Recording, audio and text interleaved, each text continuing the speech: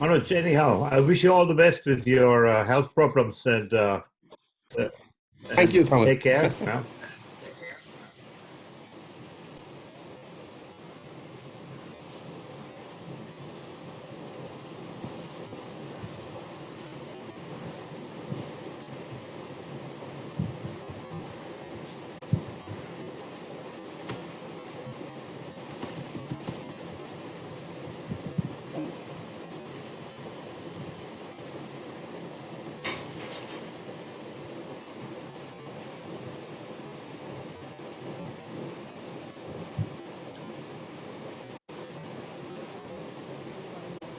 Hi, Manoj, you could mute your phone.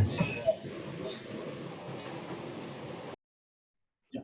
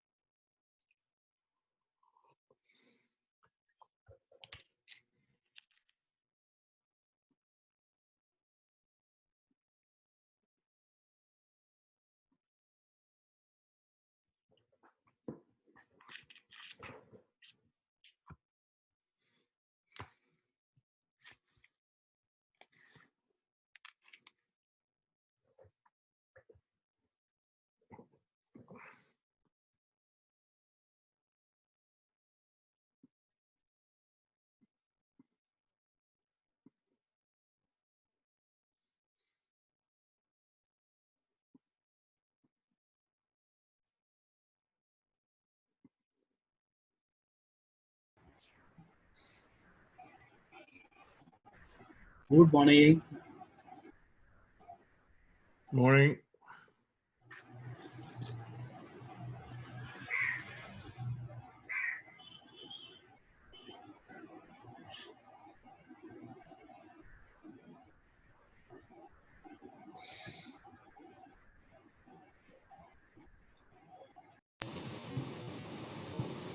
Thomas, can we test your slideshow and your connectivity, the volume, etc.? Yeah, sure. Yeah, so I'm stopping my share. Mm-hmm.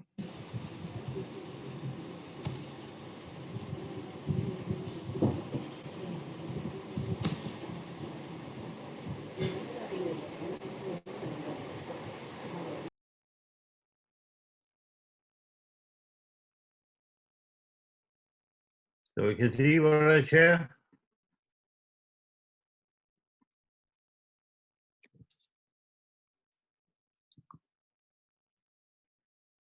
Is it visible? Yes, we could see your slides. Yes. Yes, we can. Yes, we can. Yeah.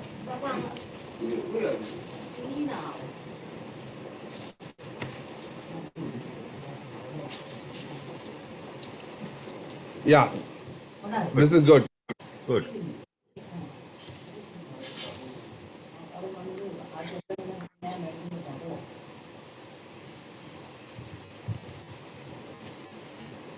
And Thomas, those who have questions, you can ask them to put it in the chat window. And at the end of the session, you know we can go through the questions and you can respond to the people who have put in the questions. Yeah, sure. Can do so.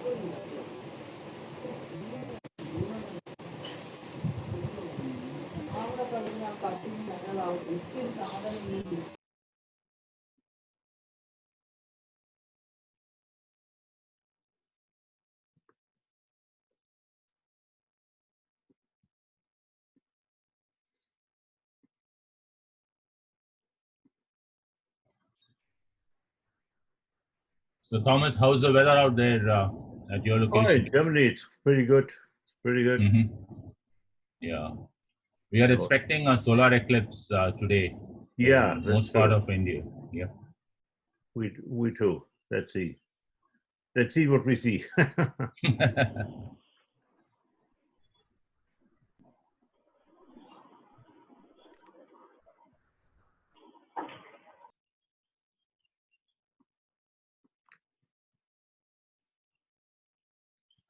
Do you see the slides in the moment? Yes. Good. So humans Yes, we can. Yeah, you intro mode is good. Yes.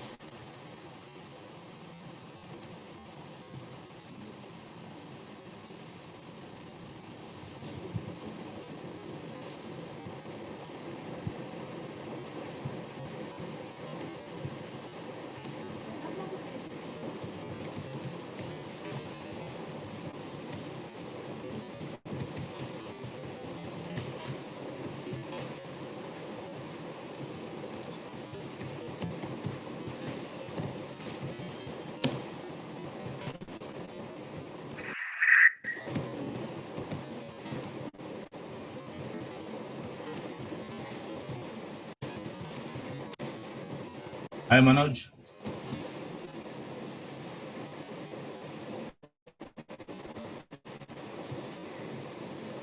Hello, Manoj. Yes. Yeah. So no music today. I've been running around for all these things, but Yeah. yes, I do have it with me. But probably I'll give it to you during the break because we're going to start in next couple of minutes. In next 2 minutes, Yeah. we'll be starting. Sure. So you could mute yourself while you're not speaking. So. Okay.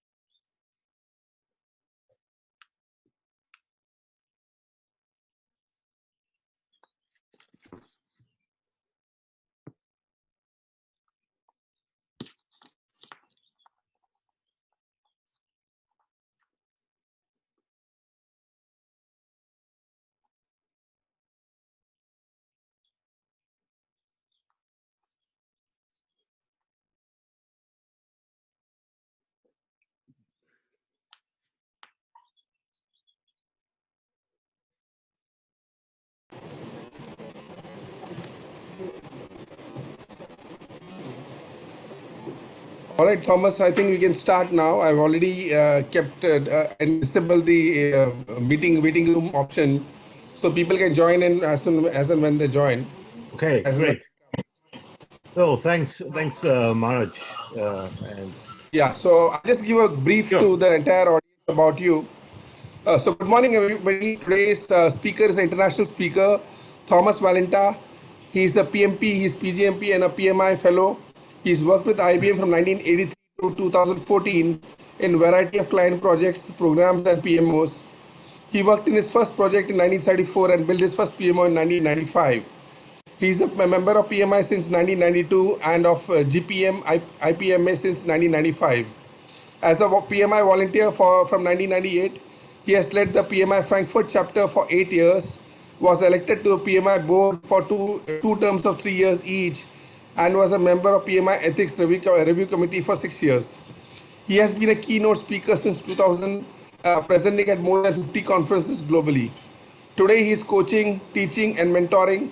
He considers himself a global project economy expert, covering all aspects of a new project management paradigm for people from the age of 5 to 75 across all value delivery frameworks and helping the society, global society to improve. Thank you so much. Over to you, Thomas.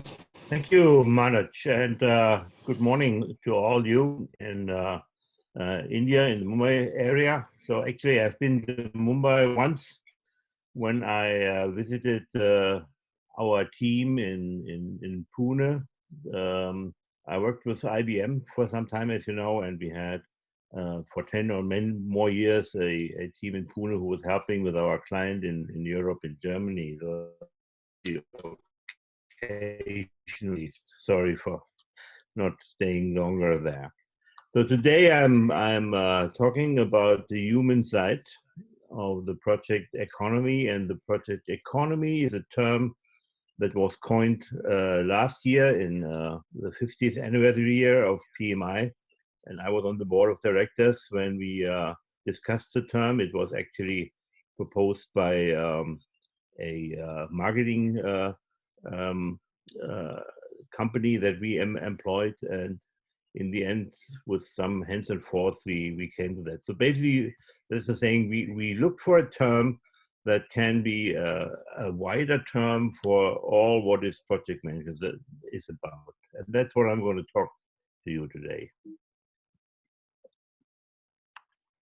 So let me start with why I'm here today. And actually, I'm doing a lot of webinars in the last month. You could you could imagine why. You know, it's a time to have webinars. It's not the time to have personal meetings.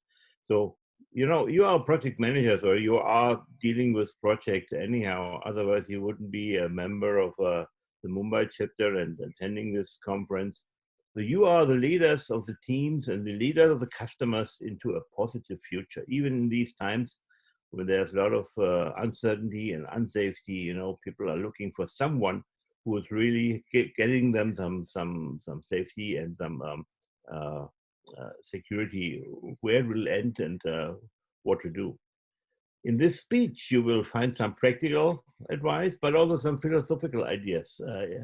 And you may ask questions at the end of the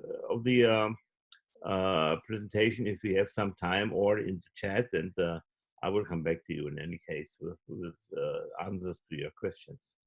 It's up to you. You know, you're listening here. If you want to deep dive in some of the ideas, suggestions I make, I will mention some books, and maybe you try some ideas in your life, in your professional life, or even in your private life. So, or read a book, you know, and you may also start a conversation with me. I'm here on LinkedIn, and I'm happy to accept any connection request you're making. In this global profession we are in PMI, in this chapter, you will find, and you find like-minded people with similar problems, and that's why we are going into chapters. That's why I became a member of the Frankfurt chapter in 1992, even because I saw there are people who have similar problems and people that are trying to find somebody to talk to, you know. I'm married for more than 30 years, but my wife still doesn't care about project management. I have a hard time to talk to my problems about my problems with her. And in the end, nobody knows what will be in the year. And actually, nobody ever knew what will be in the year. But we all can connect today with people who have a similar idea and similar capabilities, and openly and fairly share the ideas and the best practices. And that's what we do in this kind of meeting. So that's why you are here. And that's why I'm here, to help you to get some maybe fresh perspectives, fresh ideas. So I'm talking about 3 topics today: the project economy, what it is, what it could be, and be aware this is not a official PMI presentation. It's my understanding from what we discussed about the project economy last year in the board, and also what we really saw in the development presentations over the year. Secondly, I will talk about, for sure, the current management project management activities during disruptions. There are opportunities for us, and if you ask the question, will we still be there as project managers in 10 years? I can give you a very clear yes. We will then have a break. I will ask you some questions to answer during the break, with Mentimeter, so you can reflect a little bit about what you heard about. And then in the end, I will come to the human side. So the real human side, what does leadership mean in this context of project economy and disruptions? And I will a little bit reflect on ethics. Ethics is a topic I had within PMI for 6 years. So I was at the ethics review committee, and I'm very proud that a lot of Indian people are on that committee. Actually, I met a lot of good friends from India, like Dr. Deepa Binde, who's still on that, on the ethics mag. Very interesting person. She's a medical doctor and she is a project manager. So this is a great combination to talk about ethics and code of ethics. So let's start the project economy. What is the definition? The definition is that we want to strengthen society. So it's not only about economy, not only about government or whatever, it's everything, society. So society, we have 3 parts of it.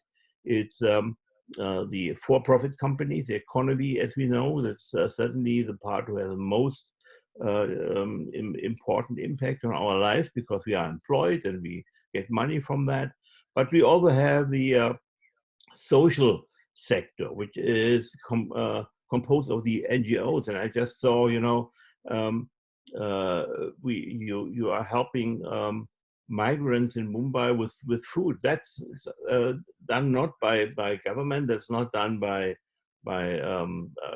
for-profit company. That's done by some people who gather together. Maybe they have founded a NGO, and maybe they just do it because there are people in need. So in society, really, in these times of disruption, is getting a new strength, because we are seeing more compassion for other people, more trust and support, and we are standing up. So these kind of values gain some traction now.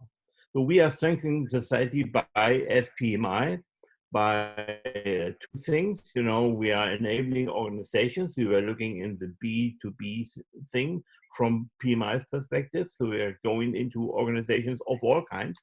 Yes, for-profit, yes, NGOs, and yes, universities and training organizations, but also yes to governments on all levels. And for sure, the PMI organization is going into the US government, and they did it. But there is an organization who is trying to connect with the European Union, with the Indian government, and with other governments on the world. And secondly, what we are strong in the whole 50 years we existed, we want to empower people, and both to make ideas a reality. So this kind of idea that our purpose is to make ideas a reality. That's about project management. This is the movement, from having a great idea or having a problem solution, and then implement it. This is what we do. With that project economy, which is the trademark of PMI, we also associated some kind of attributes which we think we will use. And you see the 9 icons on that slide, you know, and I personally like the vision icon, you know, show the way where we're going, show the bright future, show the hope. This is something we should do as PMs. So look at the project economy. For 50 years, and we talked about project management. You know, we saw the Pmbok guide rising, we saw the PMP rising, and you know, we discussed about project management, tried to make it better. And now we are entering into the future. The project economy is not something that is yet defined fully and yet achieved fully, but we are going into that path. So what happened over time, you know, PMI did a lot with beyond project management. So in the mid 2000s, we introduced 2 new basic standards: a program management standard, a portfolio management standard, and the whole thing about organizational program management, and a lot of more other standards in this area. But these are the 3 standards that together make up the foundation of project management, and the 3P we are trying to convince people to look at if you want to use project management rightly. We also, since 30 years now, we have something that's called the PMI Education Foundation, PMIEF, which is now dealing, they changed their strategy too last year. They are dealing with people that are not yet in the profession as people who are working as professionals, but people who are in school, you know, at different ages, and they want to learn about project management, or they should learn about project management as a life skill. And the PMIF was quite successful doing that. So we had a lot of good stories where chapters with the PMIF together, they reached out to schools. And for instance, of the Portugal chapter I visited, they have a program for 8 years now, and they touched more than 2,000 kids and 200 teachers with their program. And what they did, they implemented project management based learning in school. So we have maybe a 2-week project, and the kids together are achieving something, you know, like painting your schoolyard or doing something like that. And what the kids learn in these, and what the success is, that they learn how to work together, and that leadership already is a topic, you know. These people learn about leadership, how to listen to other people, how to team, how to work together, how to solve conflicts, how to tackle problems. And that's a skill that is needed at every age, and you have to start learning with that very, very fast. You know, you certainly heard about discipline Agile, though we're a little bit late in that journey, but I think since last year when we acquired 2 companies, and now we are building on the disciplined Agile brand, and bringing out certifications, bringing out standards. And I really recommend that you look into that to understand what disciplined Agile is. And there will be certainly more developments in this area, and also questions come up where we have the PMI ACP certification, we have the new 5 disciplined Agile certification. What should I do? You know, yes, we need some more guidance there, and I hope that PMI will provide this guidance. On the top, you see Bright Line. The Bright Line was an initiative, call it a startup, you know, which we founded at PMI only 4 years ago. And it was led by Ricardo Vargas, a previous chair of PMI, the PMI board, and 4 or 5 other people. This was only a small team, you know, and they got some money. And what they did is they tackled the strategy gap, the gap between strategy formulation and strategy design and strategy implementation. So, you know, only 5 to 10% of companies are successful in setting a strategy and implementing it and getting out the results they planned for. So there is a big gap in that. And this gap is bridged in all companies by something they call transformation. And so Brightline not only touch the strategy gap together with Brightline's partners. So we have Boston consulting groups, we have universities, we have a whole bunch of organizations that are working together with PMI on Brightline and providing some tools and courses and ideas and concepts, books. But we also now partnered with a professor from Stanford University, and we are looking into how to bridge that gap between strategy design and strategy implementation, and it's called Transformation Compass, and we will probably have soon some certifications in this area. So this is more tackling the organizational part of the project economy. PMIF is more tackling really the humans, the small humans, you know, the learning humans. And this is what PMI did and is doing towards fulfilling the project economy. But then, you know, outside PMI, there's a lot of things going on too. You know, we have this digitalization thing. We have artificial intelligence. So technology is evolving and it's bringing much change to the profession too. So PMI did something with digitalization. We had some thought leadership books about that, but digitalization also is within PMI. So we changed PMI a lot in terms of the need to move most of the products and outputs of PMI into a comprehensive digital environment. But that's not what's interesting for the project economy, actually. Interesting is how will AI, how will digitalization change the way how projects are done? So at which time will we have a project manager, which is actually a computer?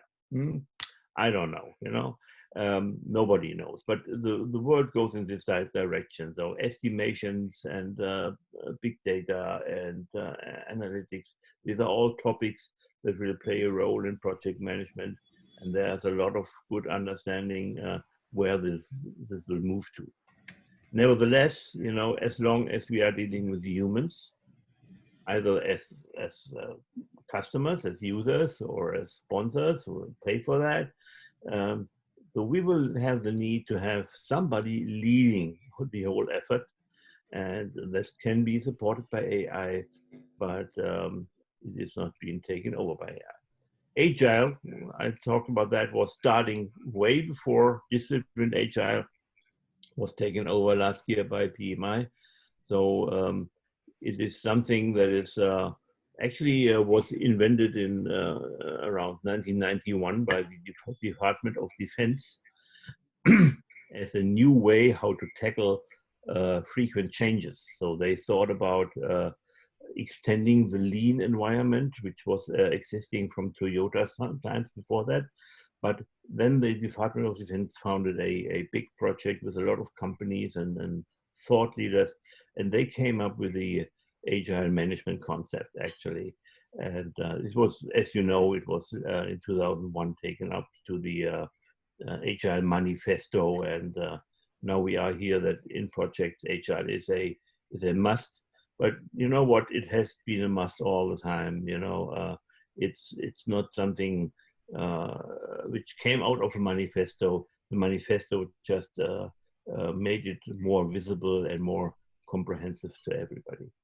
And then we have globalization, and globalization from PMI side, you know, before 1999, PMI was not really global. In 1999, there was a globalization concept developed by one of the board members of PMI at this time, a New Zealand guy, by the way. And so from that on, PMI deliberately went global. And what we see today, we have something like PMI India, a regional office. We have a regional director with Srini. We have a lot of chapters global. So the real global reach, globalization of PMI is being seen through this effort. And you know, last year, and I'm very proud of that, you know, we have a new CEO at PMI. He is a Indian descendant. So actually his grandparents came over to Africa and working on railways, I think. And so he was born in Kenya. His wife is also Indian descent. She was born in Tanzania, and they met. He's now living in London, and worked in Singapore and India, in many places as a CFO, and now as a CEO at PMI, Sunil Prashara. And I'm sure you heard about him. I'm sure maybe you heard him. And if you didn't hear him, so go to the website and look at one of these CEO Corner videos. He's a very bright guy and a global guy, and that's why we hired him. You know, be global and be experienced with transformations, and exactly that skill is needed right now. And then what you see with PMI coming up, not very strong yet, but you see it in the world. You know, even PMI is saying we have 3 skill areas. And PMI called it the talent triangle. And one of the skill areas is that everybody has to develop to become a leader, you know, and the teaming aspect is in there. So I think you will also see more from PMI. It's not so much visible right now, but the topic of leadership is something that every project manager has to look at. And actually, the last part of my presentation today will talk about that. So in the globalization sector, I talked about the human hive. Let me just share what I mean about the human hive. And it's not my term; it's a term that was coined by the Singularity University in San Francisco, which are talking and thinking about what could be in the future. The human hive is just one scenario, but it could be very quickly coming. You know, think about the humans on the world. In 2030, we will be 9 billion people, and actually all of us will be connected, because Elon Musk, he is putting up about 30,000 satellites, and the purpose of these satellites is to connect everybody on every square meter of the surface of the Earth. So in 2030, no question about that. Everybody is connected if he is somewhere on the surface of the Earth. Today, it's only 4 billion that are connected in the internet. Now, imagine that. This is not only a connection, you know, if you have a smartphone. In 2030, maybe we don't have a device, a smartphone in our hands as we have today. Maybe we have something implanted, you know, maybe we can connect and communicate, not by our speech, not by text, but maybe we have some other means to do that. And it's working on that. You know, we have brain-computer interface research, also by Elon Musk, but by others too, and it's being developed. We will have intensified communication. You know, 5G is coming, and we really haven't seen yet what it's capable of, but it's a tremendous wealth of capabilities. Not only connecting people, but also connecting people with computers, with devices, with AI. So this is something it's also going to get very interesting. And although the whole thing which you see now, you know, with moving from physical meetings to virtual meetings, as we see, this will be supported by this. Everybody connects with everybody. We will have to think about our common rights. So how do we behave in these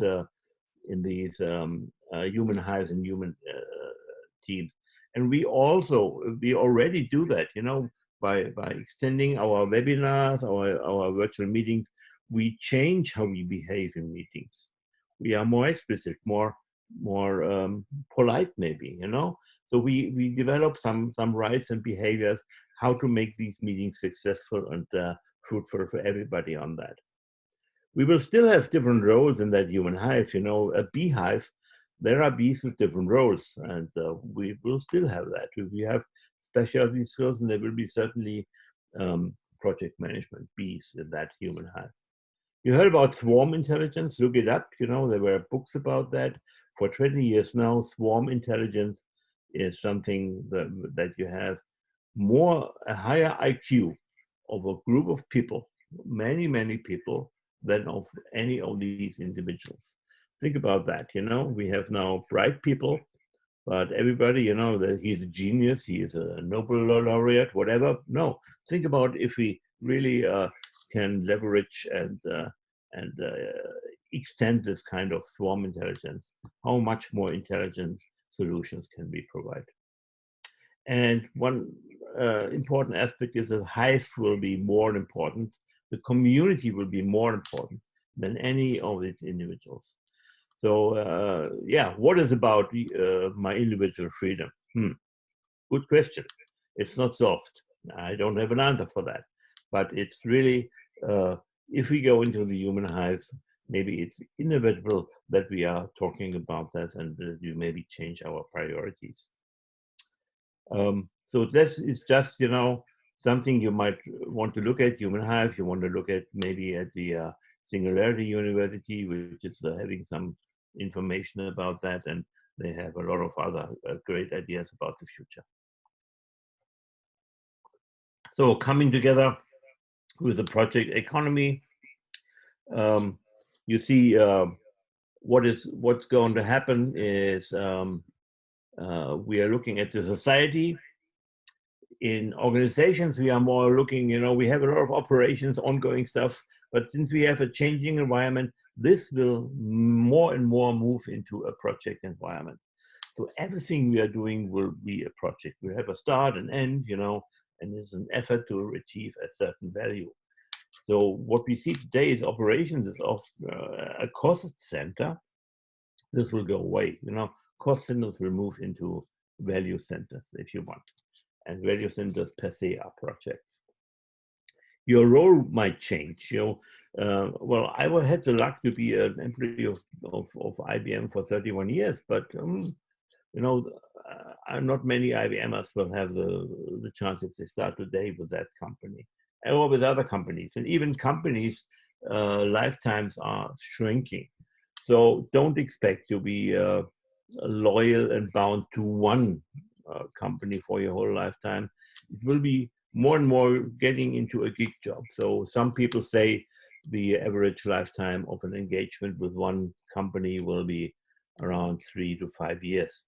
And then you have to look for something else. And you know what that means is that you cannot rely on having a reputation within your company, but you have to build on your own brand. You know, who are you?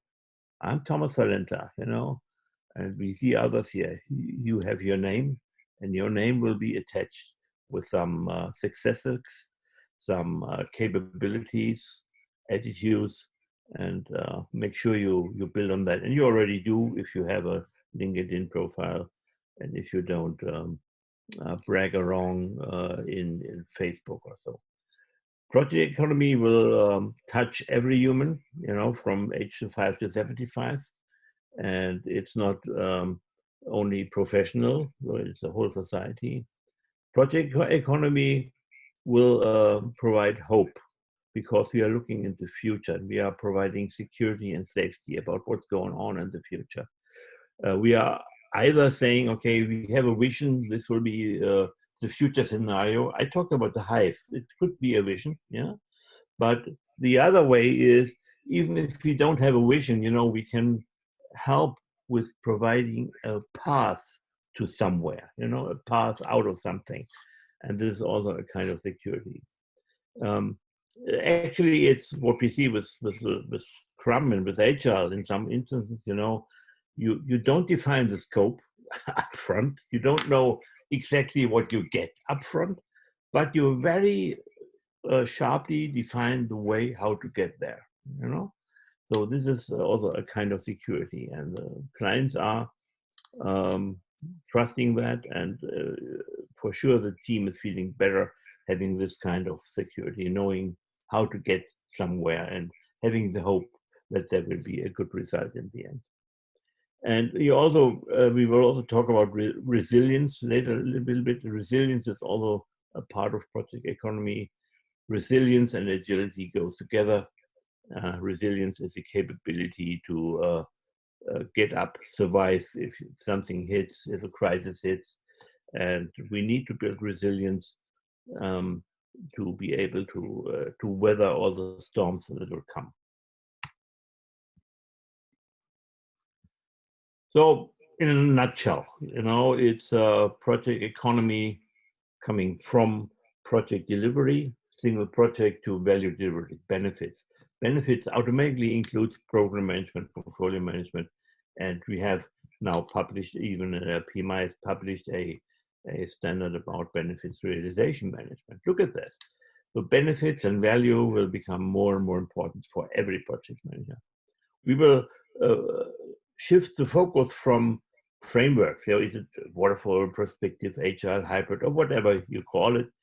And whatever works best. You have to have a portfolio, a range of ideas how to do things, and then you look at the situation, and you will change your strategy for that certain situation, for that certain idea how to implement it. And you guess what? If that situation changes, you will maybe readjust and choose another way to do that. So whatever works is one of the key terms of the digital agile environment. So you have not to focus on one of these frameworks that are out there, but you have to really be able, at best, to be able to select. You focus away from professionals, from careers at PMI, but as I said, everybody is our target right now. And you heard about the new Pmbok guide. The old Pmbok guide is very clear. We have 49 processes, 5 process groups. It's process-based. Processes talking about a prescriptive way to do things. And this will change because the primary guidance in the new Pmbok guide will be principle-based. There will be 12 principles that help you to understand the mindset and to create a mindset within yourself and your team to be able to extend on that. We will go away from projects and look at the whole area, how to deliver value. The value delivery frameworks is maybe the new term. We will go away from only looking at work, but also, as you see that, product. So what will be the output, what we're doing? We will go away from only looking at business and for-profit to the whole society. We will go away from looking for tools, automation, to digitalization, AI. AI is more than automation. AI is really having some new capabilities, working together with people, with the humans in the project. Go away from centralized to regionalized. You already see that, with Sunil coming at the helm of PMI, you saw that we have now re-established some regional leadership and some regional focus. That means that we can better adapt to the regional and local changes that will come and grow the vision of PMI, although very specific to that region. And we will go away from silo to connected. So silos and hierarchies, I think, are outdated. They are not agile enough. They are not enough capable of adapting to changes. So this was a project economy, and if you have any questions to that, you will see a lot of explanations coming out of PMI, and I'm happy to discuss anything I'll explain to you. Let's talk about disruptions and what we see today. And if we look at an organization, at a company today, what it is about, you could see 3 bubbles. The top bubble is, it has a purpose, and we have a strategy and a culture, so that's our identity. So every company has that somehow, even if it's a startup. You have a purpose to do something, and then you define a plan, a roadmap, how to get to the purpose, and you need some common behaviors to work together in that strategy. And this purpose strategy defines, what we're going to do. Who should be our customers? Should we go to organizations? Should we go to individuals? Whom are we targeting? We are finding our customer. Well, actually, if you look at the Lean Startup book by I don't recall the name right now of the author, but he's saying the first thing a startup is doing is defining their customers. You know, you look out there, okay, who could be my customer? And you don't have a product yet. So, but you think, okay, whom do I want to serve? Whom do I understand? Whom should I do that to? But the market is also defining what products you in the end develop to define the needs of your customers. And for sure, you have a market environment. You might have competition and partners and suppliers and all this thing around. So your purpose defines that. But you can also only fulfill the needs of the market if you have a capability. Capability is your people, and that's why we're looking into building. Capability means caring about people and developing people. It's your assets you might have, you know, maybe you have machines, you have software, you have licenses, you have um, uh, whatever you have as assets. People also could be regarded as assets, but I don't do that here. And the knowledge becoming much more important than it was before, you know. And the knowledge partly is, you know, in books and handbooks and processes, whatever. But there's also a lot of knowledge which is in the heads of the people. And if they go away, you know, you lose as a company, organization, you go up yeah, to that knowledge. You leave that knowledge if they leave. So it's hard to codify tacit knowledge, and maybe it's not even worth it. So it's a good idea to keep people and to make sure that people keep that knowledge within your organization.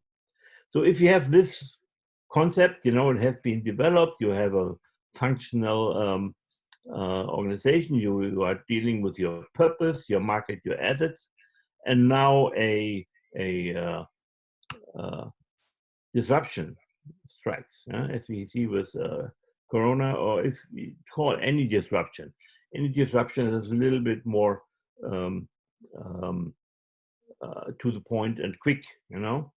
So the first thing where project managers play a role with helping with that, you know, it's helping to acknowledge there is a disruption. And you know, we had a lot of people who are still claiming, oh, the coronavirus isn't a big problem, you know, not for us. We shouldn't be we're really disrupted by that. But we should, you know, acknowledge it, understand it. So accepting this new kind of reality. And so also look at, take a stock, you know, okay, what's about our purpose? Does this disruption mean we should go away with our purpose? Think about that. Reflect on that.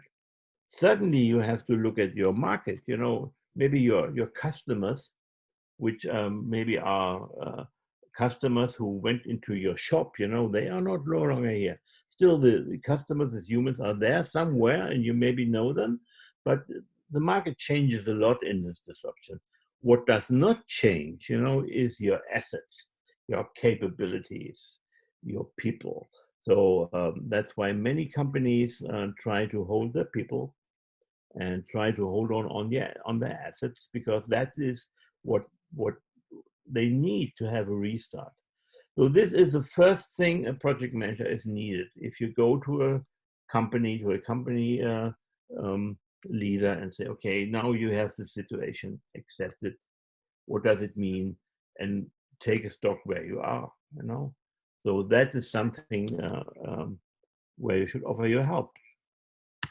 The second thing is, if you have the disruptions, you will identify some threats, some crises, you know, you will also identify some opportunities and some renewal options. And actually, every threat is also a opportunity, you know, it's depending on your perceptions. You can work on the perceptions of these guys. And that's the second part, you know, where a project manager can jump in and help with this disruption. So you can try to grasp and exploit the initial opportunities that are there. You have assets, you have people maybe without a customer right now, without ability to sell a product.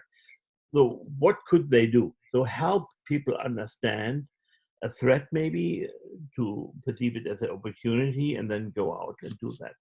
So for instance, what restaurants were doing, you know, they were going out and and selling meals that they prepared over the counter. So take out meals. So these are things they didn't do before, but now it's an opportunity, and they are touching the same customers. Maybe they are creating new customers. So this is the second thing. It's important to see these things because this creates a positive momentum, a positive mindset, a positive perception of that. If you just have the disruptions, you only see the threats, you can be really put down and have a bad mood, you know, and you can despair. And this shouldn't happen because the future is always bright because you're still living and going on with that. Third thing, sure, if you have this, you should also think about, okay, do I have something to do? What could be my near-term future? If I accept that Corona will go on for the next 1 or 2 years, you know, what will be the future of my companies in 6 months, 12 months? And a lot of governments, I don't know about the Indian government, but in Germany, we are doing a lot of helping organizations survive 6 months or 12 months or more, you know. We are lowering taxes, VAT taxes right now, so that everybody has more money to buy the goods there, to help these organizations to overcome these shortfalls. This is the third thing. This is more a strategy thing, you know, a task where you can help organizations find a short-term future, you know, find a future that they can survive. This future will be more a strategic task, you know, thinking about, okay, what do we have? Looking at the assets, how can we leverage our knowledge about the market, and maybe we have partners, maybe new partners. So there are a lot of things to do. The fourth thing is then also a strategic task, define the new long-term future, the new way of dealing things. And this is the point when you have to think about the purpose. So do I need a new purpose? You know, you remember Nokia. Nokia, when they started, you know, they were building rubber boots, shoes, rubber boots. Yeah? And then all of a sudden, they built mobile phones in the 2000s. So, you know, you would never imagine that the same company, the same name, they would move from having rubber boots to smartphones. Now they are gone, but that's another topic, you know. That's the thing they did. And I will come back to that resilience topic later, because it needs to have some resilience to be able to do that. You know, if you only focus on rubber boots and you think of nothing else, you will not be able to open up your mind and your capabilities to think about smartphones. So define the new future is another thing you as a project manager can come into. And then the last step is really to help people, help organizations to go into that transformation from the status quo, from where we are, you know, to the new long-term future, to the transformation, which could include cultural transformations, transformations of your markets, and even transformation of your assets. And as I mentioned in the other slide, you know, Brightline is offering a transformation compass, how to do that. There's a lot of knowledge out there, but actually there's also a lot of need, because most transformations do not go well. You know, they go very badly. So that is really what you can do. And talking about resilience, I mentioned several things, but transformations should have one output, that is that you become more resilient. And Martin Rees, who is from Boston Consulting Group, and Simon Levin, they had a very good article on HBR, Harvard Business Review, and they said there are 6 principles about resilience, and so they got these 6 principles from biology, actually. So they looked at the human skin and said, what are the features of the human skin that makes it so resilient? You know, you can touch it, you can peek it, you can burn it, but it's still as a skin, you know, it somehow survives and it somehow gets up out of that crisis that is there. So, and they identified 6 principles. 3 of them are dealing with the structure of a system. You know, if you think system thinking, the structure is you have a modular structure. So you have items that are connected. You have a system, you know, but all of these modules are autonomous, you know. They have interconnections that are known, that are defined. So the modules can be taken out and other modules can be taken in to have a similar functionalities. Redundancy, you have backups, you have checks, you know. I worked with IBM, I designed data centers, you know, and you also were thinking about, okay, how can we make such a data center resilient? Regardless what happens, it will not go down, you know. And what you normally do, you have fail-safe systems, and you have um, identification of a single point of failures and trying to remove it. So redundancy is a thing. The structural element you will look at. And diversity, heterogeneity is the other thing, you know. Like Nokia, don't only look at rubber boots, but also look at smartphones. So we have multiple options, you have different perspectives, and if you have a diverse system, not only with teams and with humans, but also with technical systems, structural systems, if you have that, you'll have just more options to combine and capabilities to create out of these options. So if you only have one area of knowledge and this knowledge is disturbed, you will probably die. But if you have a lot of these, you probably raise from it with new ideas and a new capability. So these are the 3 things: modularity, redundancy, and heterogeneity. And the second 3 principles are on how to behave, how to use that structure, how to move on with the structure is, okay, you have to exert a certain kind of prudence. Don't be the risky hustler opening up and going in every way. Be mindful of what you do. Explore cautiously and test what's happening. Expect surprises. Be prepared that there will be more surprises as you go out. So it's not that you are risk averse and don't look at the outside. You should look at the outside. You have to, but you have to do it in a very controlled manner. You know, you're not just flather around, but you look at what you're doing. Embeddedness. Be sensitive to the context. Be embedded in your environment. Have partners. Have relationships, and build trust and reciprocity in these relationships. The more partners you have, the more relationships you have, the better you can survive as a human, even in the environment. There's some research saying the people who live the longest, who are most healthy, and are the most happy, you know, these are the people who have the most social contacts. So maybe that's the cure the medicine you should take, you know, extend your social networks, extend your social contacts, extend your friendships to be able to have a more longer, healthier, and happy life.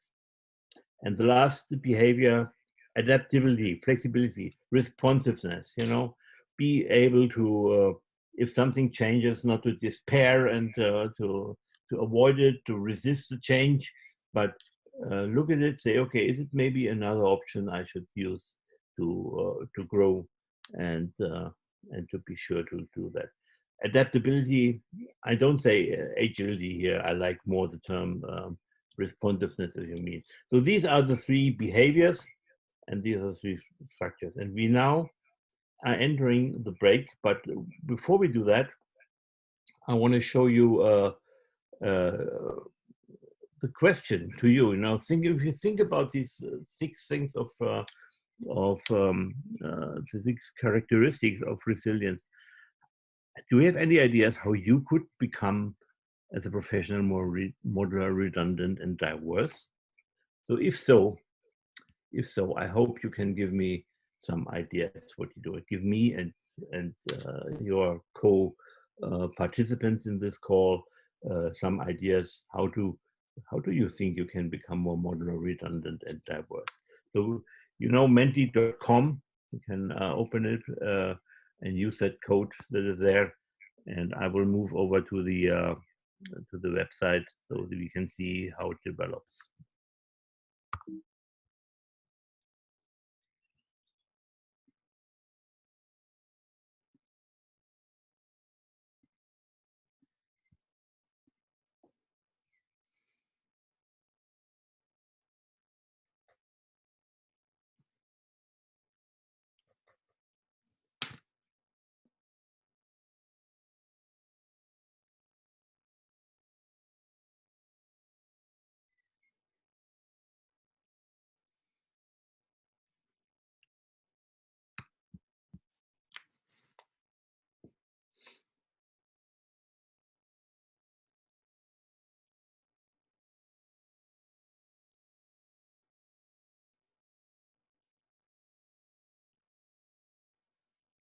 I see some comments here in the chat group, but I hope you can access this Menti thing, and then we can have a more common view on what is being the idea. So design thinking could be a more approach to become more modular.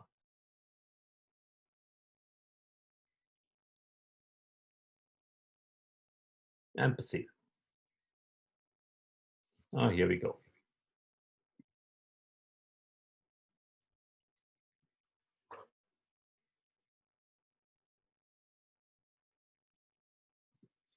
More approachable is a good thing, I think, yeah.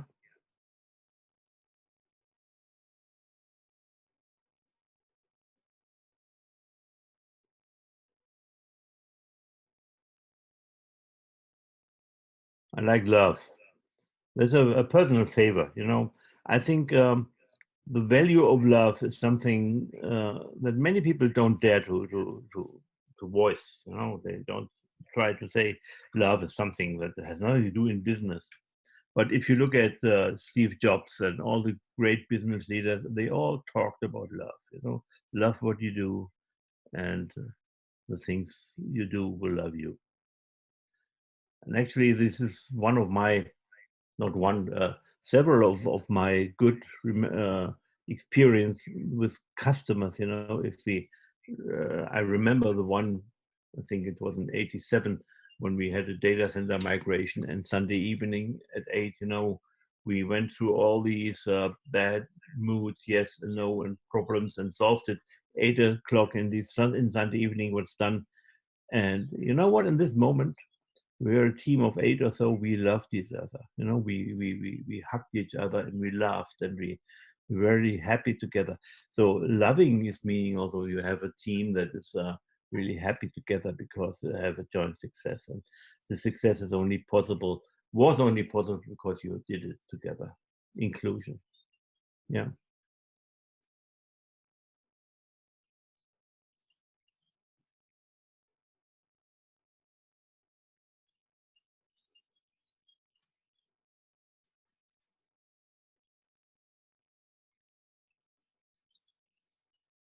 Avoid unnecessary. Yeah, it's an interesting thing. I think, you know, if you are more redundant, you will have unnecessary things by, well, because you are redundant, you have duplications maybe.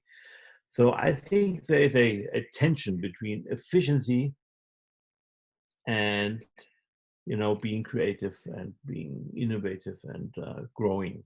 So this tension, this balance has to be really um, to be managed by everybody of us. Empathy, delegate more work. Yeah, yeah, delegate more work. Passionate. So I'll leave that open, and I think we meet again in 10 minutes. Maybe Manoj, you can help me here in getting this timing right. Yes, yes, Thomas. We can have a 10-minute break now. Okay. 11 So, o'clock my time. Yeah, yeah. 11, 10 minutes. Okay. Meet you again in 10 minutes. Yeah, But you and can. is it okay if I share my screen and I run my slideshow? Oh, sure, sure. Yeah. Okay, thank you.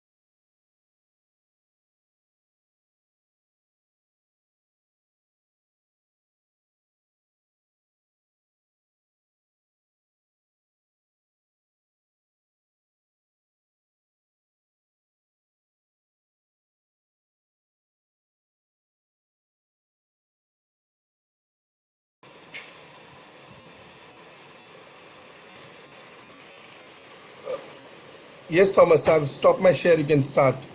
Okay. So, Rafael, are you there?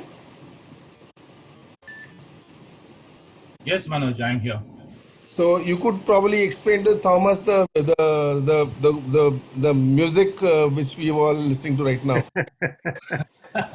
I Yeah, thought it was a little bit of German kind of music, isn't it? yeah. So this is an instrumental. So it's part of our a song from a movie which was probably screened about 50 years ago, and so it talks about Mumbai.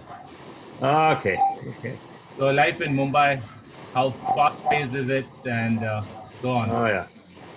Most of us Mumbaikars who are on this conference will relate to it.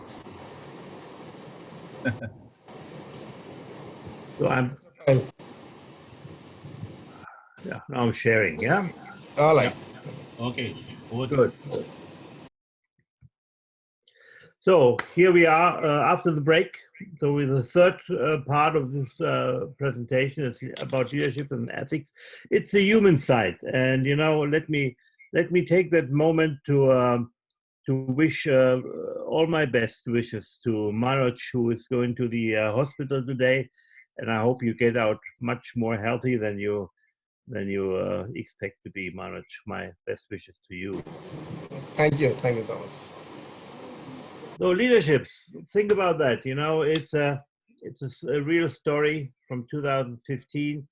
You might remember we had 1 million refugees coming to Germany at this time. It was a major disruption of the German politics and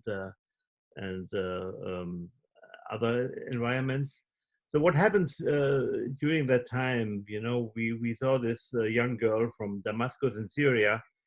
Actually, in Syria, she was already was 17 years old, a swimming champion, so she won some prizes there. She was quite famous. The project they took on is to go from Turkey, which is on the right hand side, you know, to the island of Lesbos, which is a Greek island, and you have to cross a channel of water. You know, it's the Mediterranean Sea. It's might be a little bit bumpy from time to time, and it's about 25 kilometers right. So what they did, they had a motor dinghy which was designed for 6 people, and actually it was loaded with 19, so overloaded, a little bit like that. It's not a picture of the dinghy they used, but a similar dinghy. So it's not so uncommon that we have these refugees trying to cross the Mediterranean Sea. So what happens, you know, they already saw the shore, and the motor stopped, you know, the boat took water and was in danger to sink. So what Jusra did is she jumped into the sea, you know, she was then followed by 3 others, and they pulled the boat and they kept it afloat. And, you know, others tried to save the situation with the motor, and after 3 hours of work, the motor started again and they all were saved. So Jusra could have just jumped into the water and swim to the shore, which was visible, maybe a kilometer or so. So maybe, you know, she would have survived with that, but she she didn't do that. You know, she took action. She had a vision, you know, about that shore, but the vision also included saving all the people on the boat and all 19. She took action, and the result was everybody was saved in the end. And she came to Germany later, and she was a team of the UN team in the Olympics in Rio. And so she is not famous now, but she was famous for some time at this time. So I think this is a good person. You know, we all would agree to that. So she is a leader because, you know, people followed her, and in the end, you know, her leadership brought a survival success. So it was a successful project in the end. You know. Just as an example. So what we see in leaders and in good leaders, in good humans, you know, we see that they follow some values, that they see some values. And, we have some values in the PMI Code of Ethics. You might remember them. The values of responsibility, respect, fairness, and honesty that are in there. And they are explained and they are underlined with some mandatory and aspirational statements that have to be fulfilled. There's a person called Rushworth Kidder. He passed away 10 years or so, but he wrote some books about ethics and our values. And one of the books is Moral Courage. And I recommend you to read that book here, because he says, okay, I traveled the world and I looked at a lot of cultures and nations and human groups. And what I found, it's not so distinct, but I found basically 8 human values that all of us share. All of us have some feeling around that. Beyond that 4 values you find in the PMI Code of Ethics, you also have the value of freedom. We want to be autonomous in our decisions, and the individual freedom. We have, but we also have a value of community, of family. We want to be related with others. If we are isolated, we will die. We will get crazy. But if we are part of the family and we're part of the community, we will strive. We also have a value of compassion, of care, of love. You mentioned it yourself in the Menti survey. So we want to help, and you see that value of compassion coming out right now, much more than it has been before. People are trying to help. People are trying to be compassionate about that. And we have the value of humility, reverence for life. Humility, although to be a humble person, don't brag about your I'm whatever, no, we all are just humans in this big human hive, and everybody plays a role, but nobody really is the leader of something. If you're a leader, it's more a burden than it's maybe a attribute you could be proud of. So these are the 8 values that Rushworth Kidder found in all the communities he researched around. And yeah, let's have a look. What these mean. Like the value of fairness. It has been developed like the other values during evolution. So we have this value because some triggers help us understand that fairness is a good thing if they are not fulfilled or if they are fulfilled. So this is somehow hardwired in our brains, and it's also true for the other values. It's not something we just believe. It's not something we just make up or we have experience with. It's something that has been developed about 100,000 years of evolution in our brains. And not only in our brains, but also in the brains of mammals. You see dogs, you see apes, you see other mammals who also develop this kind of values. And these values, come up always if they work together in teams of individuals, which is a little bit different from the human hive. The hives, the individual bee is not important at all, but in our communities, the individual is important, but we choose to come together in a community, and then we have a better chance of survival, and that's evolution. Why do you survive? Because you have a better chance of survival because of these kind of attitudes and behaviors. And fairness, acting fair is one of them. Acting responsibility, responsible or respectful are others. Some other characteristics of ethical values, your ethical values, my ethical values that I cherish, that I believe in, that I follow, they voluntarily limit my options for my action. I can do anything with a hammer, but that, but I can use it for a more ethical reason, that is putting a nail in the wall. But I could also put it for an unethical, for a bad reason, to put it on someone's head. So ethical values make us help to guide in a positive way, to distinguish between good and bad. As you know, culture is a attribute of a group, you know, and the group that shares behaviors, shares values, and shares beliefs, rights, norms, signs, and so on. And this is something that we have in a lot of circumstances, these cultures. So let's have a look at beliefs and values, because always culture is defined by beliefs and values.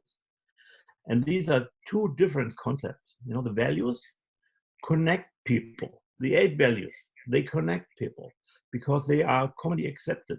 And you can go to another country, you know, you will see the value of respect and the value of um, uh, community, you know, and you will positively react to that. So we are connected, regardless where we come from. But beliefs are needed to define a community, you know, define a religion, maybe, define a nation, define a project group, define a people of employees in one uh, company, you know. So beliefs divide groups. So that's why beliefs are not really something that every human believes on. um, so beliefs divide rather, and values connect people. It's an important distinction. And you know, in these kind of disruptions we see right now, the problem is that beliefs are being attacked by disruptions. Values are not. Beliefs are attacked, so they become not really relevant anymore, or beliefs are not shared anymore, or beliefs prove to be untrue. But values are still true, and that's why values probably come up more in these kind of disruptions, because the worth and the usage of beliefs goes down, and the worth of values goes up. I told you in the beginning there will be some philosophical ideas. Huh? So the last idea I want to share that with the ethical values is we are all part of the communities that believe something, that have their specific cultures. You know, you have your family, your parents, you have your spouse, your school community, job role, your company, your profession, your hobby, your clubs, your nation. You have hundreds of community probably you are part of. And if you follow my advice and connect with more people, you will have more communities even. And in the end, you know, what defines yourself, what is your identity, is just the sum of these communities, you know, the common ground of these. And you have a problem in yourself, maybe, in finding out how to behave if you are in communities that contradict each other from their beliefs point of view. Just another philosophical thought. And if I induce some ideas to think about that, maybe your Russian is one of the first starts, but there are a lot of ideas and books around that to think about that. Yeah, I ask you, you know, these are the 8 values I mentioned, and maybe you can go to the other menti.com survey. I would be interested, you know, and maybe you are interested in that group of now 66 participants, you know, what is your view on these 8 values? You know, do you think you follow them, or do you think it's maybe more something that's not so important for yourself? So let's try to go here.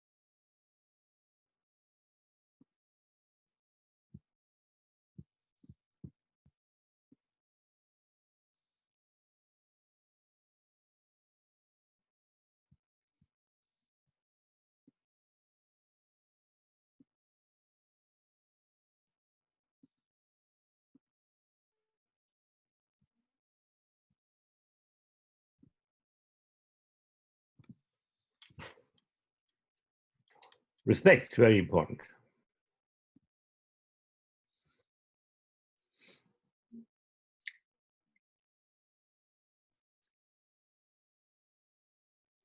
Truth, fairness, yeah.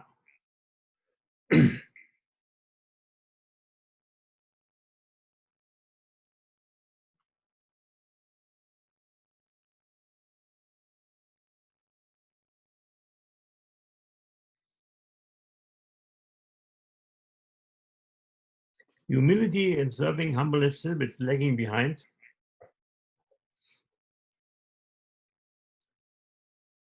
Honesty is, yeah, it's also very. Humility. What do you think about Gandhi, your famous leader? Was he humble?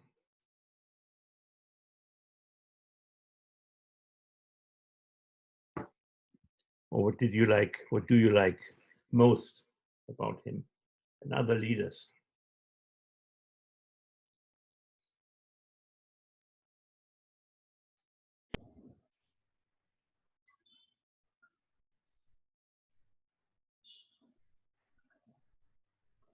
Oh, I influenced. Humility is hedging ground. That's a good thing. Yeah, I think truth, compassion. Compassion loves also going up, yeah. Responsibility, yeah. Commitment. I think most of those values that you have displayed is true for Gandhi.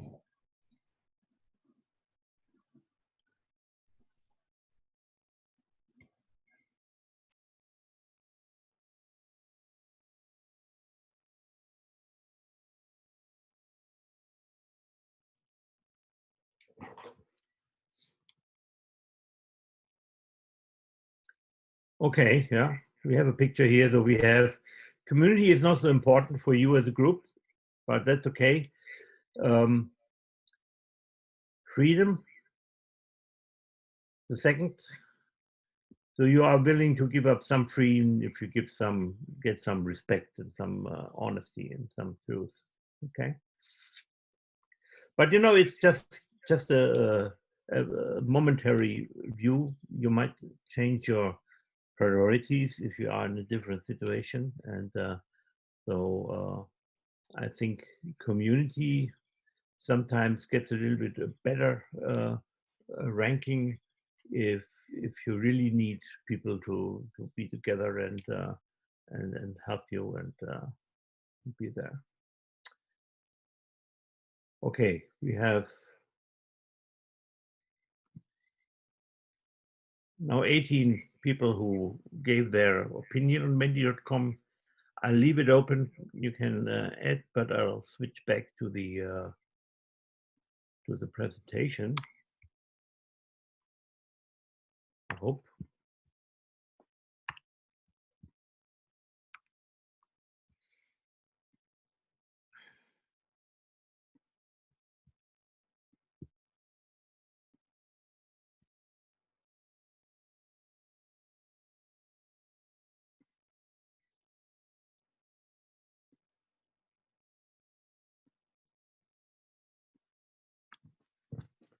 So here we are, presentation.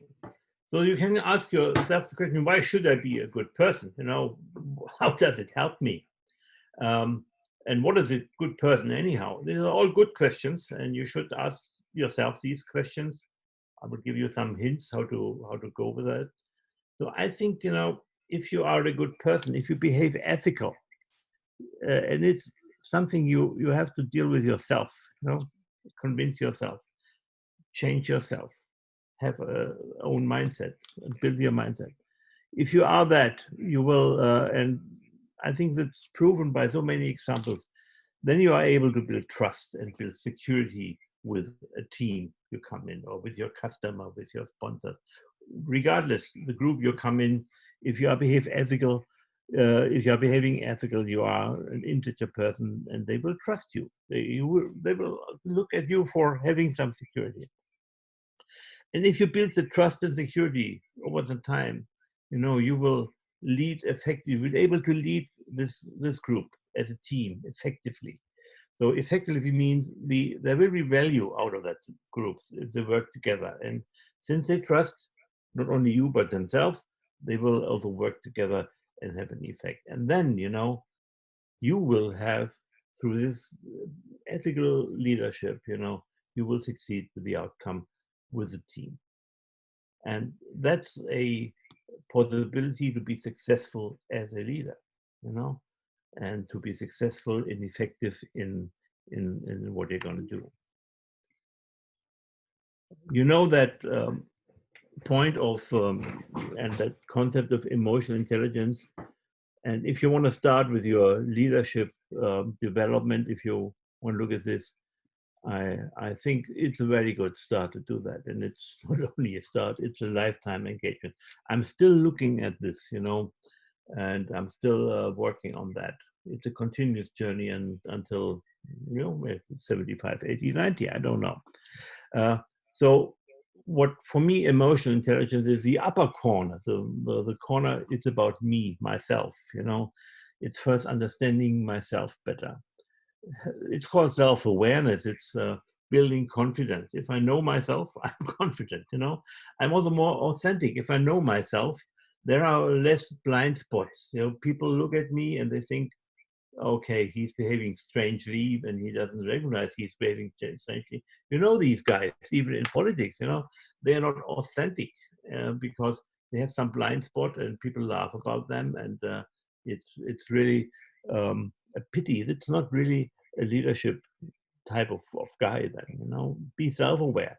If you create your self-awareness and what your feelings are, what your priorities are, how you behave, how you look like, then you will become more confident. And the second step is to develop some self-control. It's also about yourself, about myself, be more mindful.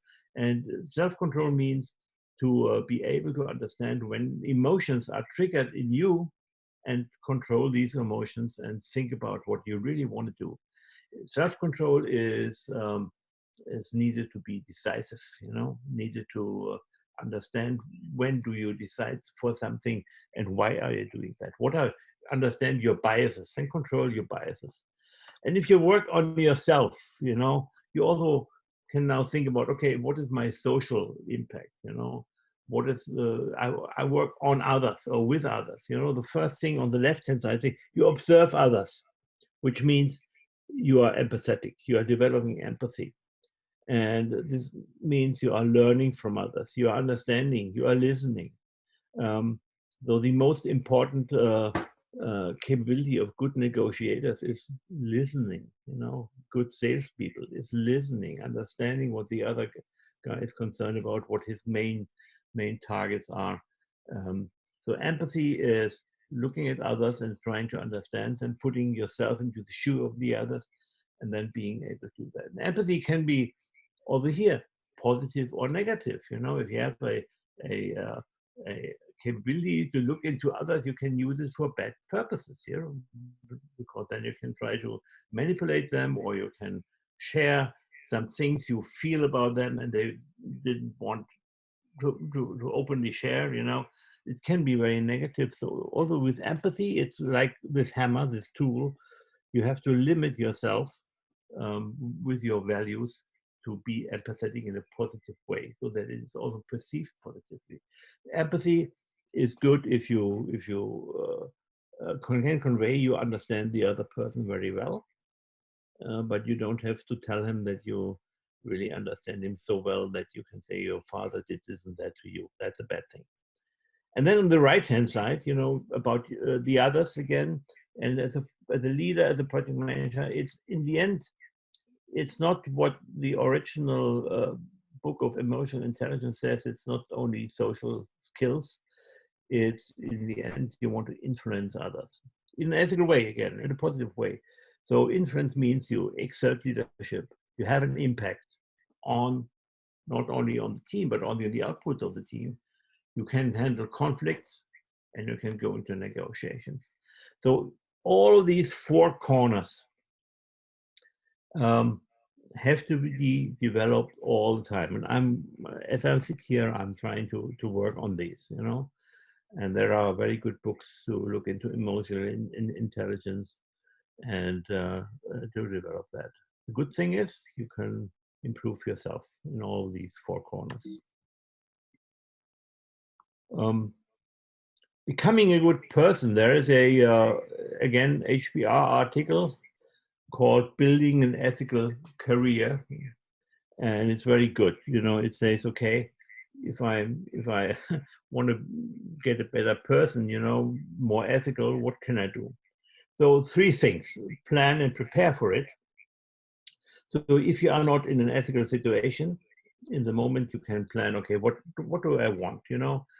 And how can I prepare for ethical dilemmas and situations, decisions about that? Second is, how do you decide in the moment, you know, in the situation you get it? And after you decided for something and did something ethical or unethical, learn from it, you know, and try to go that. So first is plan and prepare. The main thing is, again, with emotional intelligence, that's why I mentioned that, is self-building self-awareness. You know, if you have some life goals, some life targets, you know, I was so amazed when I was in New Zealand and talking to a board member, not of a PMI chapter, but of another organization. He was Maori, and so he shared with me that the purpose of this other NGO he was leading is to become a good ancestor. So this is something you want to see on your gravestone, you know, on your eulogy. So he was a good person. He became a good ancestor.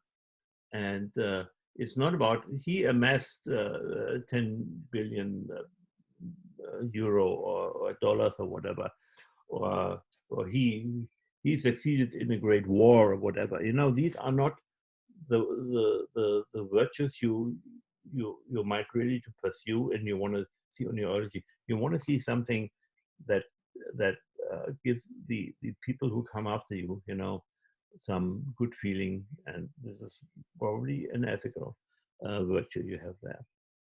You can plan and prepare scenarios. So, you know, think about it. What if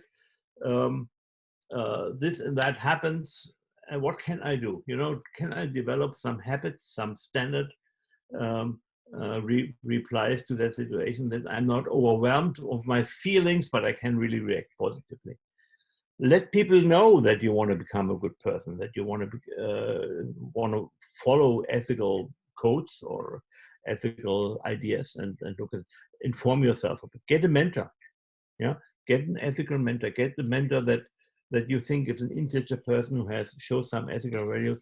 And you know, most of the volunteer leaders I know in PMI are ethical persons, and they are able to be a mentor. And as I'm always saying, every great leader is open to mentorship. So don't hesitate to ask people to mentor you. I'm now in the moment mentoring about 10 people. Not in the ethical thing alone, but also in other environments. But don't do it alone. You know, there's no need for that. There are not enough good people who want to give back, who want to teach, who want to mentor, who want to give advice.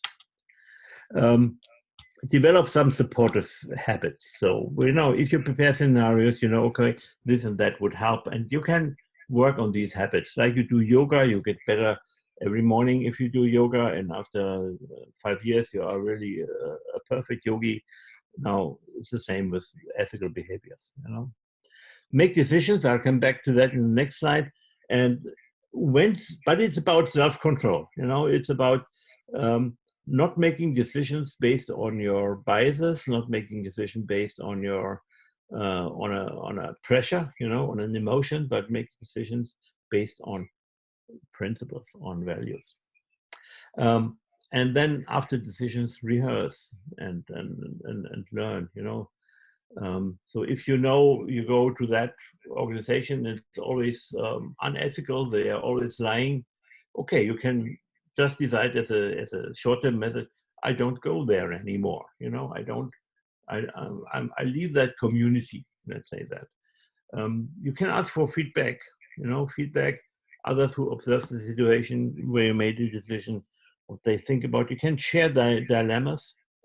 You say, okay, I wasn't unsure what I should do. I decided this, but I'm not sure if it's the right thing. And in the end, you will build resilience, because if you rehearse it, you think about it, you improve your planning and your preparation about that. So let's have a look at making decisions. What are the tools and techniques that are mentioned in that HBR article? And you look at, so first of thing, how to make good decisions: stay calm, avoid stress, avoid emotions. That's the self-control thing. Search for ethical issues. So in every decision you make, think about the values. How are they fulfilled by the decisions? And I'm doing it, and sometimes I tend to do this, you know, and then I think about the values. I say, oh no, that's probably not a good thing to do.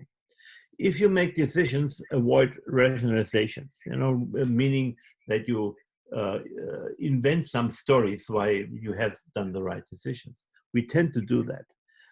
Avoid that. So to avoid that, you can use 3 kinds of tests. It's a publicity test. So think about, okay, if I find my decision in the newspaper or in Facebook tomorrow, will I be happy about that? Will I like that? Mirror test. So look in the mirror and say, okay, if I made this decision, what do I think about this decision maker? So go outside yourself and observe yourself, you know? Is that what you did, something you would respect? You know? And generalization. So the decision type I made, is it a decision that could be used as a good example for others? So these are 3, let's say, changes of perspective on that decision that might help you to get a more unbiased view on that and make the decision. Resist social pressure. It's a similar resistance as staying calm. Change your perspectives. Take ownership, so which means be responsible for your decision and for the consequences of it, and obtain help. This help could be from a mentor, an ombudsman in your organization if you have it, or framework. So PMI provides a decision-making framework for you, which you can use to make up your mind. So let's have a short look at change perspectives. There are basically 3 schools of looking at ethics. You know, the first school is the ontology school, and it's the action-based school. You know, it's prescribing principles or codes. The code of ethics of PMI is an example of that school. It prescribes how you should behave in which situations. And you know, can say, I'm fulfilling all the codes, and I'm an ethical person. But that's not the only way to look at it. You know, there's another way, and it's a little bit competing with the ontology, is utilism. It's a consequence based. So if the outcome of my decision is bad for many people, even if I follow the prescribed principles, you know, this might not be a good decision. So look at this perspective. So utilism means if my decision provides the highest value to the most. It's more a summing up of things. And then we have the virtue ethics, which is the ethics in philosophy. You can read about them. Aristotle and Confucius, they look at this. So they are looking at the person and the impression you have of that person. So is that an integer, a moral good person, ethical good person? So these are things to do in a situation, you know. Avoid rationalizations, do these tests, change your perspectives, stay calm, obtain help, and take ownership. Go back to Rushford Kidder. In that book, he describes ethical decision-making types. So we have 3 types. He's describing three types. So one is the decision between good and bad. That's very easy. You know, you feel it. You don't have to think much about it, but it's for sane people, you know. And you see some very bad people, insane people who lost that feeling and that value framework. They just needed to do that good and bad decisions. But then the decisions everybody gets into, and maybe on a daily basis, it's this dilemma. No, it's a good decision. So how do I decide between two values? You know, it's not only one value that's often challenged, but maybe two or even three or more. You know, then you have to decide, okay, which value has more weight in this situation, and that's always situational. There is no prescriptive way, deontology way to give these values a priority. It's always defined on this decision. So, for example, I'm responsible to reduce headcount, but how can I be fair to the people? So fairness against responsibility. So we have competing values. And then the third decision type that Rashid Khidr mentioned is, for him, the most important is moral courage. That's the title of his book too. This is, if I make a decision, do I implement it? Do I act on it? You know, and do I really, if I act, take the personal consequences? And you know, we have whistleblowers. We have some heroes who offer their life for making an ethical decision. You know all of that. You know, not taking bribes, stand up against bullies. A lot of these decisions, and then you take that and you are in the conflict. But you know, moral courage is only needed if you really have a dilemma. Maybe you can change the dilemma, and that's an advice I will give you to look into too, by reframing. You're changing perspective. You see, now you look at two values and they contradict each other. They're on two sides. And it's because you frame these values. But if you reframe, you know, and put both values into one frame, if you are able to do that, widen your view and reframe your look at these values, and both of them can be in the same window of your view. Then, you know, you can be honest and respectful. You can be accountable and fair. You can be both. You don't have to decide, be left or right. What might help you with that is actually design thinking. And there are multiple frameworks for design thinking. So I'm using the double diamond framework, which I like very much, because it's double diamond means the first diamond on the left side, you know, is dealing with a problem, to define the problem, and the right hand side is to define the solution, which I like very much because it stops us from jumping to solutions just as we perceive a problem. But the problem diamond, you know, is exactly reframing. So we extend our view, we diverge our thinking, we research other options, we try to understand the problem, and then when we have more information, more data, you know, we converge again, and we have another view on the problem. We have the view of having both values in one frame, and then we can do both. So this is reframing. This is a technique you should look at, and every leader must have an idea how to do that. By the way, reframing also increases your diversity and your respect.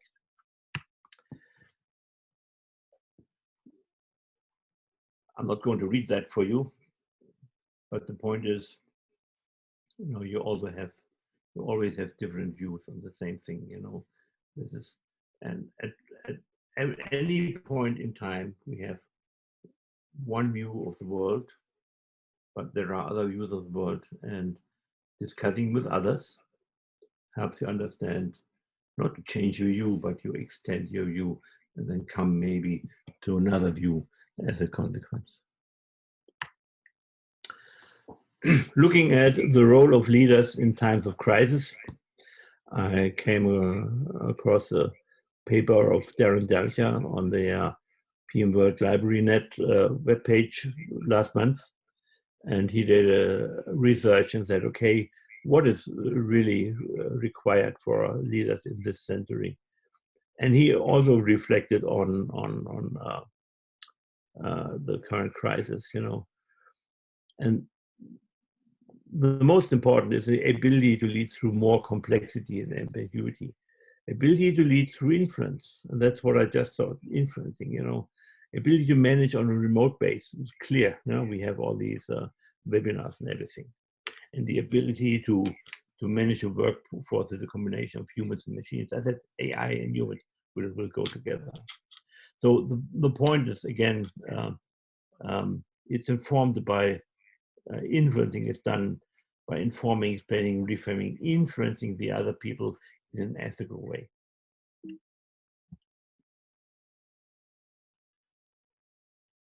And my last recommendation in this slide for you is, if you heard about David Rock and his SCARF principle. It's about a tool to improve your emotional intelligence, especially to manage yourself, self-control, and to influence others. So it's a book, Your Brain at Work. You can read it. I recommend it.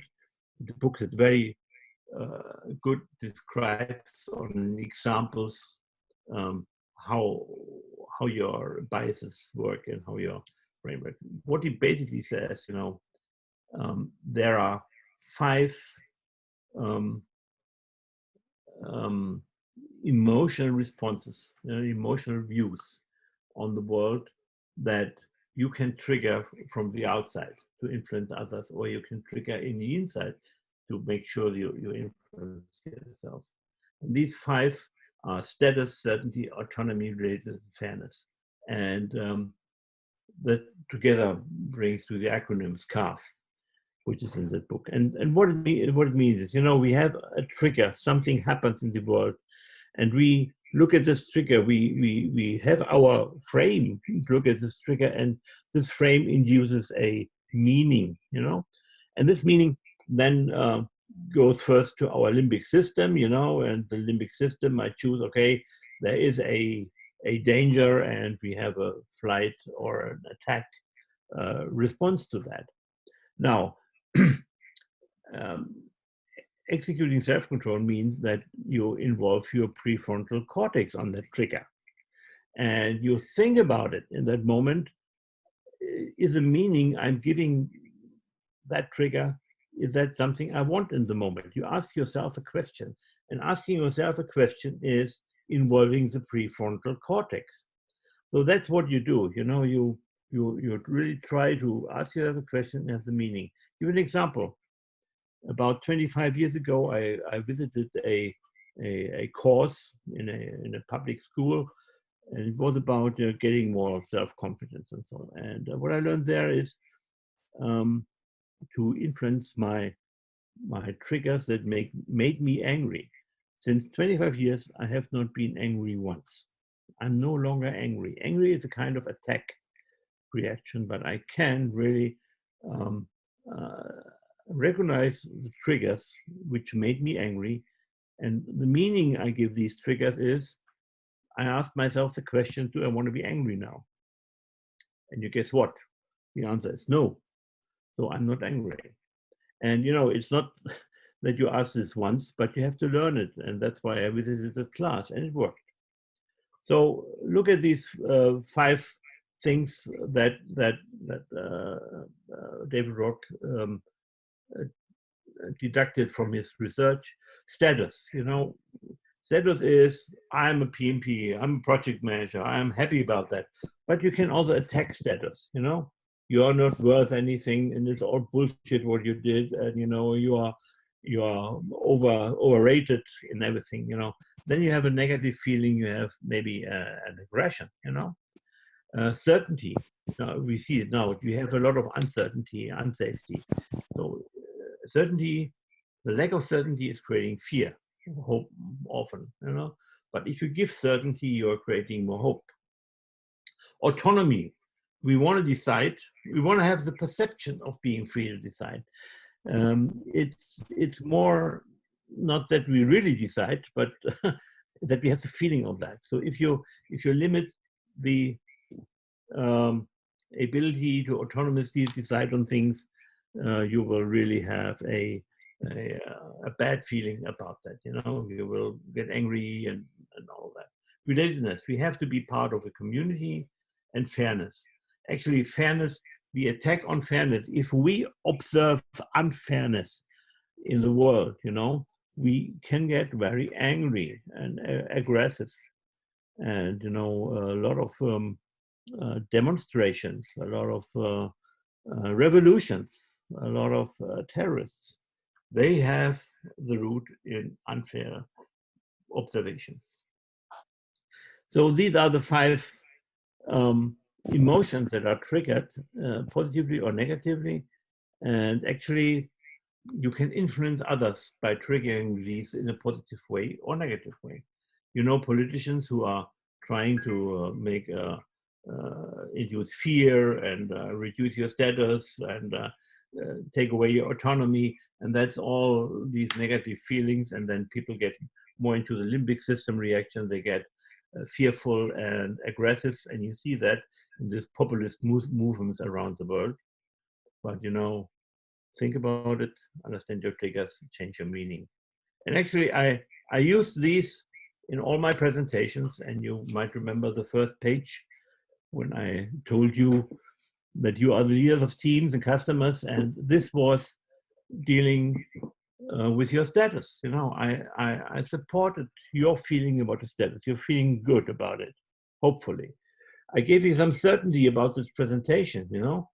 I told you what I wanted to present, so you knew about it. I gave you the autonomy. I said, okay, I give you a lot of ideas and examples, do with it what you want. Yeah.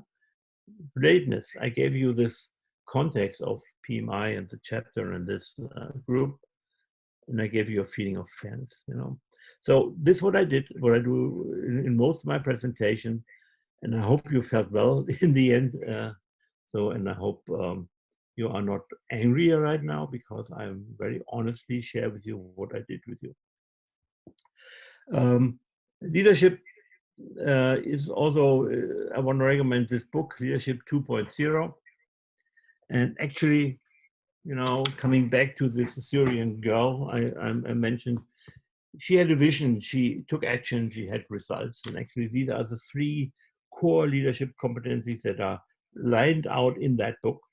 And there are some other leadership competencies, like emotional intelligence, which they also line out. This book is good because it really gives you examples how to improve. You know, it gives you some ideas for exercises for reading to improve your abilities in these competencies. And you know, a good leader has at least to do these 3 things. You know, he has to have a vision, a strategy, planning, and a courage to lead. You know, jump into the sea. Decisiveness in action has to start, not only talk and plan, but start and do and mobilize others and communicate and make sure strategy is being implemented, closing that gap. And in the end, you know, not be only action oriented, but be results oriented. Your action that is not leading to results is worthless, you know. So maybe you don't get the results you planned for 100%, but maybe 80%, you know, per Pareto is good enough in that.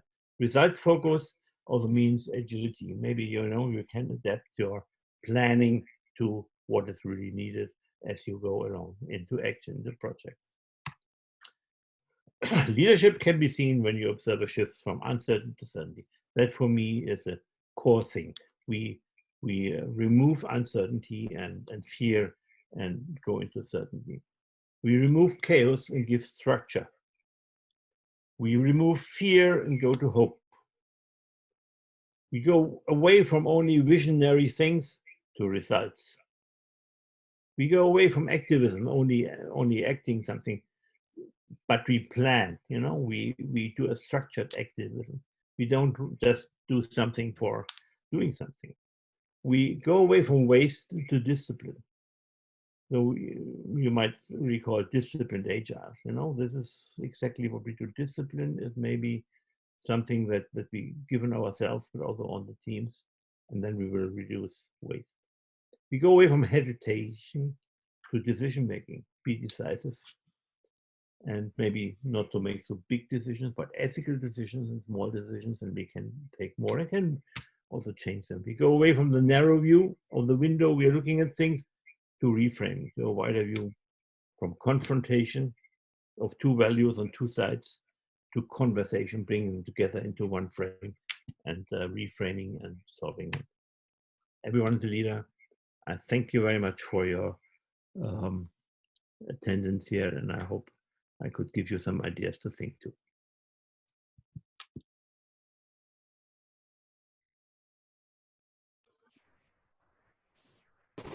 Okay. So this is Rafael David. I'm the Vice President Marketing at PMI Mumbai chapter for the term ending March 2021. So thank you, Mr. Thomas, for this beautiful session, for sharing your varied and rich experience um, and giving us an insight into human side of project economy. We truly appreciate you waking up very early in the morning, your time, and preparing for this session. The sun was already shining, so it's not so bad at 5 o'clock in the morning. Okay, yeah. You walked us through the various values, um, the ethical values, the 8 human values, and it was truly a panther ray, as you had highlighted in some of your slides. It was truly with the flow. Um, so thank you again. And friends, this is our venture with collaborating with different chapters across the globe. So we are making an initiative thanks to Manoj. And so thank you again. It was truly wonderful, very captivating. And thank you once again. It's International Yoga Day as well as Happy Father's Day to everyone. Thank you so much, Thank you very Rafael. much. Thank you, Thomas. Sorry. Thank you. Thank you, everyone. Thanks. Thank you. Thanks, everyone. Bye. Thank you, everyone. Bye. Thank you, everyone. Bye.